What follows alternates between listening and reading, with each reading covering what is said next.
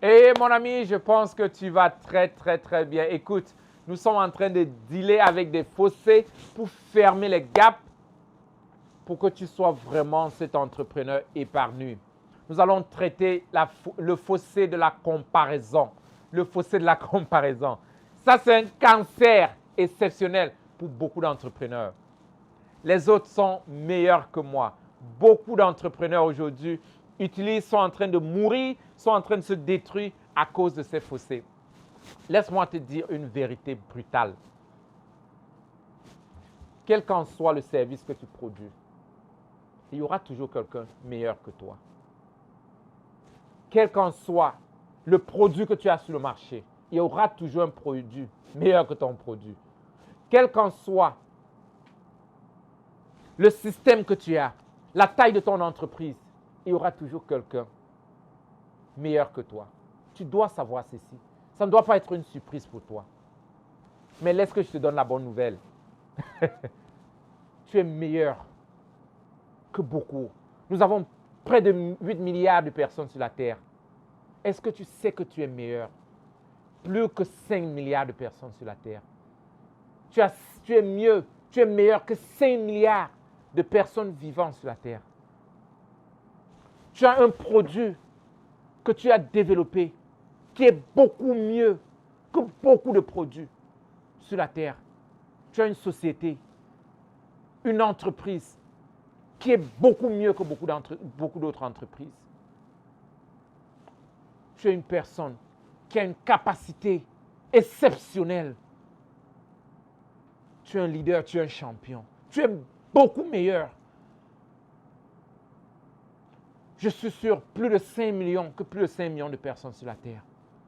Est-ce que tu peux te focaliser dessus et non te focaliser sur ceux qui sont meilleurs que toi? D'ailleurs,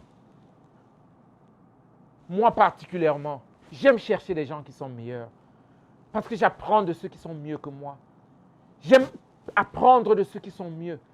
D'abord, j'aime m'entourer des gens qui sont mieux que moi parce qu'ils ne peuvent me rendre meilleur. Comment est-ce que tu peux apprendre de ceux qui sont mieux que toi?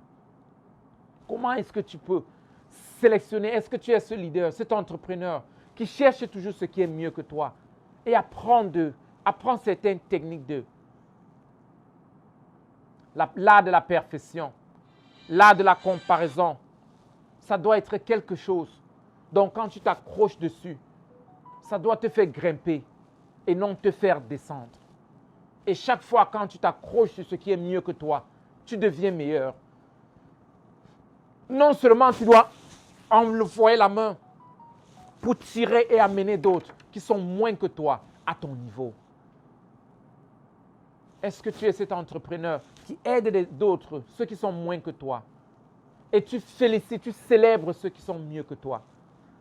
Aujourd'hui, j'ai des sociétés, par exemple, comme la John C. Maxwell et Tony Robbins Research, qui font tout pour me rendre meilleur. Et ils sont excessivement meilleurs que moi.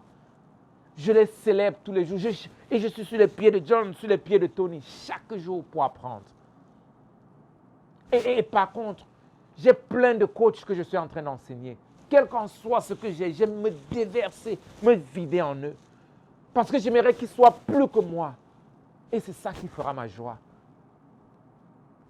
Au lieu de passer le temps et créer des fossés le fossé de la comparaison.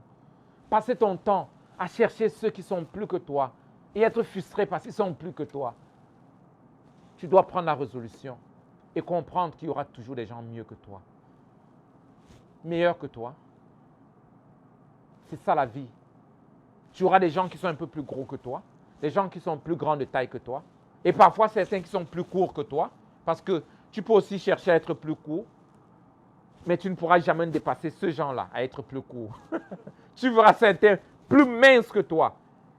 Le concours pour devenir mince, tu ne peux pas les gagner dessus. Et certains plus gros. C'est ça le monde. Mais la bonne nouvelle, c'est que tu as la meilleure place. Quel qu'en soit là où tu te trouves, c'est la meilleure place. Tu dois considérer les autres.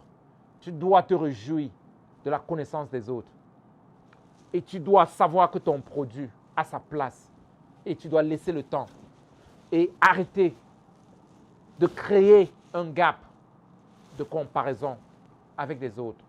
Ceci te permettra d'être ton champion, d'être champion parce que tu es exceptionnel, tu es unique et tu es une marque exceptionnelle parce que tu as ta capacité de fonctionner. Vas-y, pratique ceci dans ton entreprise et demain nous allons parler de le fossé des attentes. Le fossé des attentes. Je pense que ce serait plus facile que ça. Le fossé des attentes. Vas-y, applique et à nous revoir demain.